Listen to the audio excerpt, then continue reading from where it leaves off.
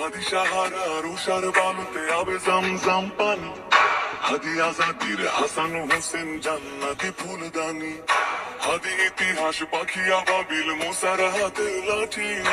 হাদি উমরের অর্থ জাহান মোরানো শীতল পাটি,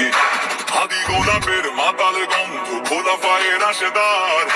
হাদি উত্তাল সাগরে জোয়ার আল্লাহু আকবার, আবু বকরের সিদ্দিক থেকে আলোর ঝর্ণা এনে, হাদি জেগেছিল তরুণ আলীর সাহসের সোনা টেনে।